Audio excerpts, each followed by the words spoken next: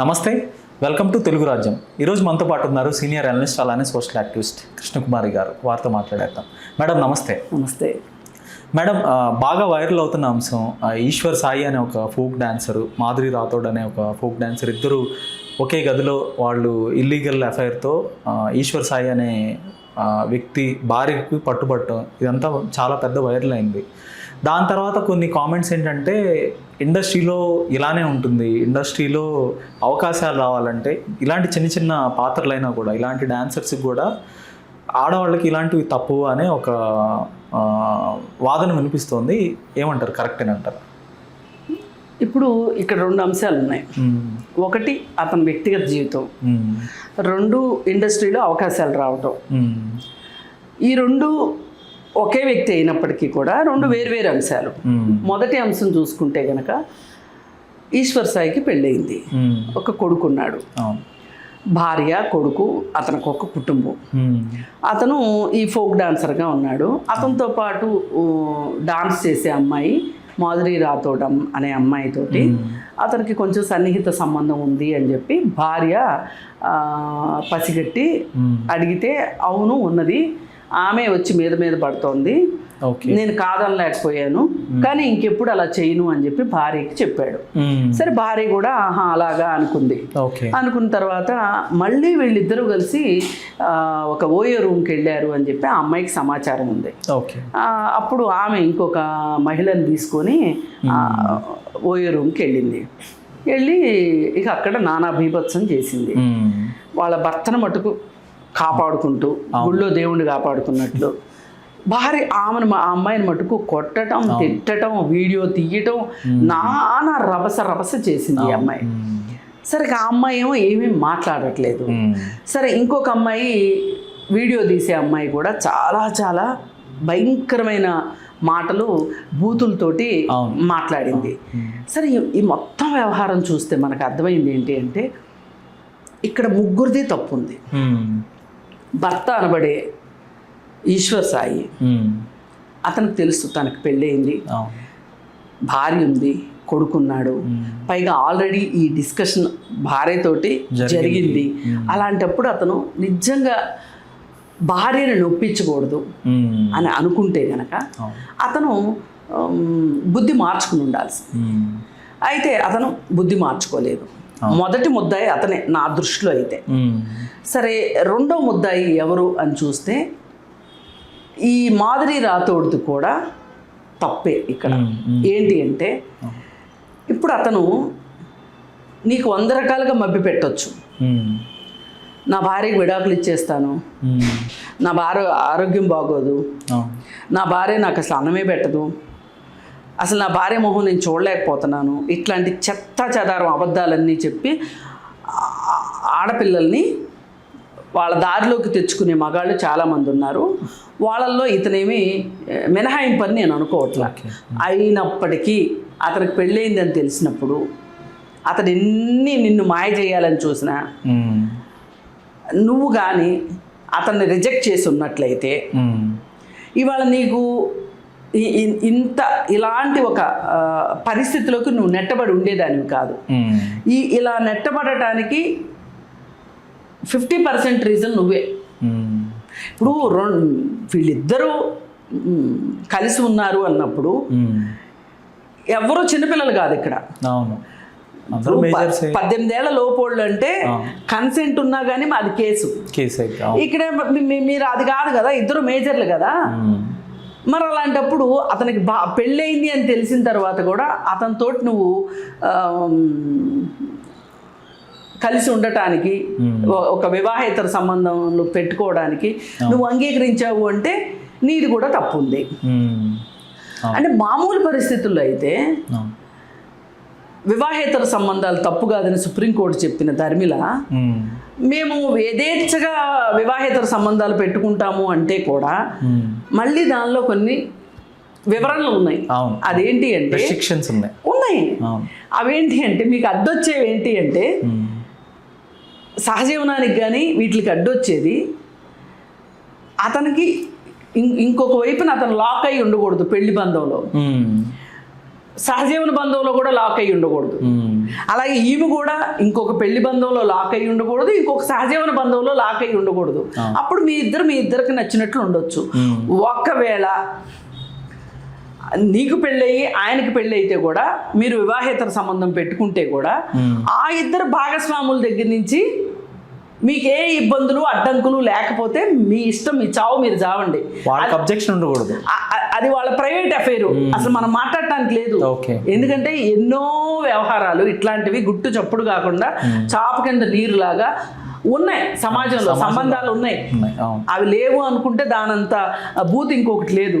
సరే ఉన్నాయి, కానీ ఇక్కడ వీళ్ళ అభ్యంతరాలు చెప్పినప్పుడు మటుకు మీరు సరవ్వాల్సిన అవసరం అయితే ఉంది. కానీ వీళ్ళు ఏం చేస్తారు, సరవ్వకోకుండా నేను చాలా మంచోడిని బుజ్జి, ఆ అమ్మాయే వచ్చి మీద పడుతుంది. వీడు అదే చెప్పాడు ఈ అమ్మాయికి, ఈ అమ్మాయి అదే అంది, మా ఆయన అసలు అట్లాంటి వాడు కాదు, కనీసం తాగడు, సిగరెట్ తాగడు, ఈ అమ్మాయే మీద మీద వచ్చి పడింది అని. మీద మీద వచ్చి పడితే వీడు ఏమన్నా పసిపిల్లోడా? కరెక్టే కదా. ఈ భార్య సరే, ఆ ఇద్దరు సంగతి ఎలా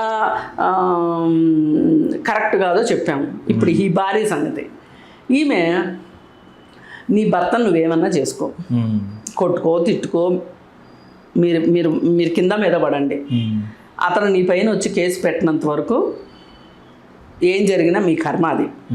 కానీ నువ్వు మూడో మనిషిని నిందించే హక్కు ఈమెకు లేదు. ఓకే, నా బంగారం మంచిదే, నా భర్త మంచోడే, అంతా నీ వైపు నుంచే జరిగింది అని మాట్లాడటం వెనకమాల ఈమెకు ఒక స్థిరమైన భావజాలం ఉంది. ఆడవాళ్లే కొంపలు గురుస్తారు, ఆడవాళ్లే పరాయి భర్తల పైన మోజును పెంచుకుంటారు, ఆడవాళ్లే రెచ్చగొడతారు అనేది తప్పు అనేది వీళ్ళ భావన, వీళ్ళ ఉద్దేశాలు అవి. ఎందుకు ఇంత కన్వీనియంట్గా ఇట్లాంటి భావాలు పెట్టుకుని కూర్చున్నారు వీళ్ళు అంటే, రేపొద్దున అయ్యి వచ్చినా పొయ్యి వచ్చినా ఆమె సెలవు తీసుకుంటే గనక ఈమెతో ఉండేది ఏమో భర్తే కదా. అవును, నీకోసం చూసావా ఆవిడతో నేను ఎంత దెబ్బలాడాను, ఏది యమధర్మరాజుతో సావిత్రి దెబ్బలాడినంత లెవెల్లో చెప్తుంది ఈయనకి. పోనీ నా భార్య నా కోసం అంత కష్టపడింది కదా, ఇంకొకసారి తప్పు చేయకుండా ఉందామని ఆ భర్త అనుకోడు. ఇది ఈమె సౌలభ్యం కోసం ఈమె భర్తను వెనకేసుకొచ్చుకుంటుంది. అంతే కదా, రేపు నేను కాపురం చేయాల్సిందే, ఒక ఇంట్లో ఉండాలి, నా పిల్లలకి రక్షణ కావాలి, అతని డబ్బులు కావాలి, అతను కావాలి అనేది తప్పనిగా అనుకోవట్లా. నువ్వు ఏం మాట్లాడినా నీ భర్త దగ్గర మాట్లాడుకో, పరాయి స్త్రీని మాట్లాడే హక్కు నీకు లేదు. ఆ అమ్మాయిని అటాక్ చేసే హక్కు నీకు ఉండదు, లేదు. భర్తతో సాల్వ్ చేసుకోవాలి, నువ్వు సాల్వ్ చేసుకో, రిజాల్వ్ చేసుకో, అవ్వకపోతే విడాకులు తీసుకో, అతని పైన కేసు పెట్టు, క్రూయల్టీ గ్రౌండ్స్ లో కేసు పెట్టొచ్చు భార్య. అవును, కానీ మన కంట్రీలో మనం ఉన్న లివింగ్ సిచ్యువేషన్స్లో ఒక భార్య వెళ్ళి పోలీస్ స్టేషన్లో కంప్లైంట్ ఇస్తేనే వాడు చచ్చిందాకా సాధిస్తాడు, కేసు పెట్టావని.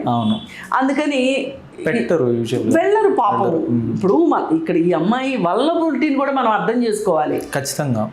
ఇప్పుడు ఇతనికి ఏమనిపించవచ్చు అంటే, పెళ్ళయింది, పిల్లాడిని కన్నది, లావ్ అయిపోయింది, పైగా నాతో సమాన స్థాయిలో స్కిల్ లేదు, ఆ స్కిల్ ఉన్న వాళ్ళతోటి నా మనసు అట్లా ఆగేస్తుంది అని అతను అనుకోవచ్చు. కానీ అలాంటప్పుడు మీరు చేయాల్సింది ఏంటంటే, పెళ్ళిని చేసుకోబాకండి. పెళ్ళి చేసుకున్న తర్వాత భార్య ఆమె నా అందం ఏమైపోతుందని కానీ, నేను చదువుకున్న చదువు ఏమైపోతుందని కానీ, నేను తీసుకొచ్చిన కట్నం ఏమైపోతుందని కానీ, చేస్తూ ఉన్న ఉద్యోగం మానేశానని కానీ ఏ భార్య భర్త సరిగా ఉంటే బాధపడదు. ఓకే, ఈమె ఎన్నో త్యాగాలు చేయాల్సి వస్తుంది ఒక భార్య స్థానంలో. పిల్లలు పెంచడం కావచ్చు, ఆమె ఏం చదువుకుందో కూడా మర్చిపోతుంది ఒక్కొక్కసారి, ఆమె చేతిలో డబ్బులు ఉండవు, కట్నాలు చూస్తే వాళ్ళు వాడుకుంటారు. ఓకే, ఈమెకు ఉద్యోగం ఉండదు, చేసే ఉద్యోగం కూడా మానుతుంది. మరి ఈ కండిషన్లో ఈమె ఒక సెకండరీ సిటిజన్ లాగా బతకాల్సి వస్తే ఆ వేదనలో నుంచి ఈ రాక్షసత్వం పుడుతుంది. ఓకే, మనం ఈ వేదన ఆమెకు రాకుండా ఉండాలి అంటే భర్త అనే వ్యక్తి భార్యను బాధ పెట్టకూడదు. ఇప్పుడు నువ్వు ఈ పనులన్నీ చెప్తున్నావు, ఆన్ టాప్ ఆఫ్ దట్ ఇంకొక స్త్రీతో నువ్వు ఉంటున్నావు అన్నప్పుడు ఈ అమ్మాయికి ఎంత బాధ ఉంటుంది? ఓకే. ఇప్పుడు నేను ఇక్కడ కూర్చుని 100 చెప్తానండి, ఆమె అరవకూడదు, ఆమె తిట్టకూడదు, ఆమె అన్పార్లమెంటరీ లాంగ్వేజ్ వాడకూడదు, బూతులు తిట్టకూడదు అని నేను చెప్తాను ఇక్కడ కూర్చుని. కానీ ఆమె హృదయంలో చెలరేగే మంటలకి ఆమెకు అవుట్లెట్ ఏది? ఎమోషన్స్. ఆమె ఇంబ్యాలెన్స్ అవుతుంది. అందుకే ఈ ముగ్గురులోనూ ఎక్కువ పని చేయాల్సిన వ్యక్తి ఎవరు? బుద్ధి తక్కువ వెధవెవడు అంటే ఆ భర్తే, సదరు భర్తే. ఓకే. ఇందులో తిరిగే లేదు. అందుకోసం ఈ విషయాన్ని బట్టి మనం నేర్చుకోవాల్సింది ఏంటి అంటే, భర్తలు సరిగా ఉండండి. ఓకే. అంతేగాని మా ప్రొఫెషన్లో భాగంగా మేము మా ఇష్టారీతిని ఉంటాము అంటే కుదరదు. లేకపోతే సినిమా ఈ ఇండస్ట్రీలో ఇలాగే ఉండాలి అనేది కూడా చాలా తప్పు. ఇలాగే ఉండాలి అని ఎవరు నిర్దేశిస్తున్నారు? అక్కడ కూడా ఒక మగవాడే నిర్దేశిస్తున్నాడు. ఓకే. ఇప్పుడు నిజంగా మగవాడికి ఆ ఉద్దేశం లేదనుకోండి, ఆ అమ్మాయి వచ్చి మీద పడింది అనుకోండి, అనుకుందాం ఏది ఛాన్సుల కోసమో లేకపోతే ఇంకో దానికోసం వచ్చి మీద పడింది అనుకోండి, ఎంతో కొంత నువ్వు పవర్ఫుల్ అయితేనే నీ మీద పడుతుంది.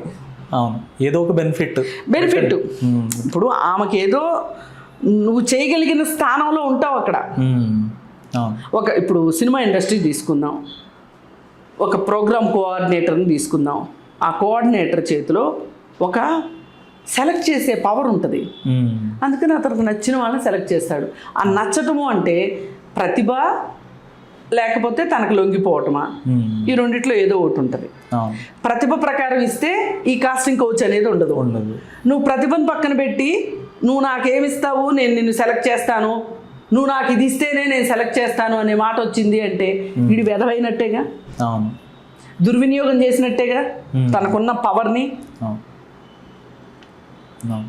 అందుకే ఇక్కడ కూడా మారాల్సింది మగాడే. ఇక్కడ కూడా ఏమంటారు, ఈ ఆడవాళ్ళు అవకాశాల కోసం మగాళ్ళ మీద వచ్చి పేద పడుతున్నారు. ఈ మొత్తానికి ఉన్న జబ్బుకి నేను ఇంకొక ఎగ్జాంపుల్ చెప్తా, క్లాసిక్ ఎగ్జాంపుల్. గరికపాటి నరసింహారావు గారని ఆయన ప్రవచనాలు చెప్తా ఉంటాం. ఆయన ఏం చెప్పాడంటే, ఆడపిల్లలు ఇష్టారీతిని బట్టలు వేసుకుని తిరుగుతున్నారు, వాళ్ళు అలా బట్టలు వేసుకోవటం వల్ల ముసలాడిని అయిన నాకే మనసు ఎక్కడికో లాగేస్తుంది, పాపం కుర్రాళ్ళు అసలే చిన్నపిల్లలు వాళ్ళు ఆగలేరు కదా అని మాట్లాడాడు. ఈ ఆగలేరు అనే మాట ఏదైతే ఉందో, పాపం అనే మాట ఏదైతే ఉందో, ఒక లెజిటిమేట్ చేస్తున్నాము దాన్ని మనం ఒప్పుకుంటున్నాం. అవును, అది మన యానిమల్ ఇన్స్టింక్ట్, ప్రైమల్ ఇన్స్టింక్ట్, అదేం తప్పు కాదు అని ఆయన చెప్తున్నారు. అది ఈమె వంట పట్టించుకుంది, ఆయన వంట పట్టించుకున్నాడు, ఆ సదరు భర్త వంట పట్టించుకున్నాడు, ఈ భార్య వంట పట్టించుకుంది. దాన్ని యాక్సెప్ట్ చేసింది, ఆ గరికపాటి గారి మాటల్ని యాక్సెప్ట్ చేసింది. అవును, తప్పేం లేదు, మగాడు తప్పేం లేదు అన్నట్లు. అందుకని ఏంటంటే ఇలాంటి మన మీడియా నుంచి కూడా ఇట్లాంటి వీళ్ళకి ఒక అభిప్రాయానికి రావడానికి ఇన్పుట్స్ దొరుకుతున్నాయి. ఇది ఇలాంటివి కూడా మారితే కానీ వీళ్ళకి ఇది రాదు. ఓకే. ఇప్పుడు ఒక రకంగా ఏమవుతుందంటే పెనం మించి పొయ్యిలో పడ్డట్టు అవుతుంది ఈ మహిళల పరిస్థితి. ఇప్పుడు కేసు పెట్టారనుకోండి, ఇక కాపురం మీద ఆశలు వదులుకుంటేనే కేసు పెడతాం. పోనీ ఇది కేసు పెట్టుకుంటాం, విడాకులు తీసుకుంటాం, ఇంక ఈమె జీవితం సంగతి ఏంటి, ఈమె పిల్లల సంగతి ఏంటి? ఇప్పుడు ఆవు పక్కన దూడ ఉంటుంది, కోడి పక్కన కోడి పిల్లలు ఉంటాయి, అంతే కదా. ఇప్పుడు ఈ పిల్లలు తల్లితోనే ఉంటారు, తండ్రితో ఉండరు.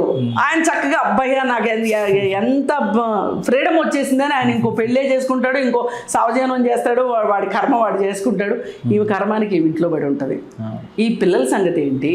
సమాజం నుంచి ఈమెకి ఏమైనా మద్దతు దొరుకుతుందా, కుటుంబం నుంచి ఏమైనా మద్దతు దొరుకుతుందా అని చూస్తే మొత్తం గుండుసున్నా. చట్టం దగ్గర కూడా గుండుసున్నానే, ఈమెకి రావాల్సింది ఏది రాదు. అందుకోసం ఏంటంటే మహిళలు అందుకే ఇవన్నీ తెలుసు కాబట్టే ఈ భర్తనే పట్టుకుని వేలాడతారు, ఈ భర్తనే పొగుడుతారు, ఈ భర్తనే చేతిలో పెట్టుకుందాం అనుకుంటారు. ఓకే. అందుకని చాలా మారాలి. చాలా మారేలోపు ఒక మగాడు మారితే ఆ కుటుంబం చాలా బాగుంటుంది. ధన్యవాదాలు మేడం.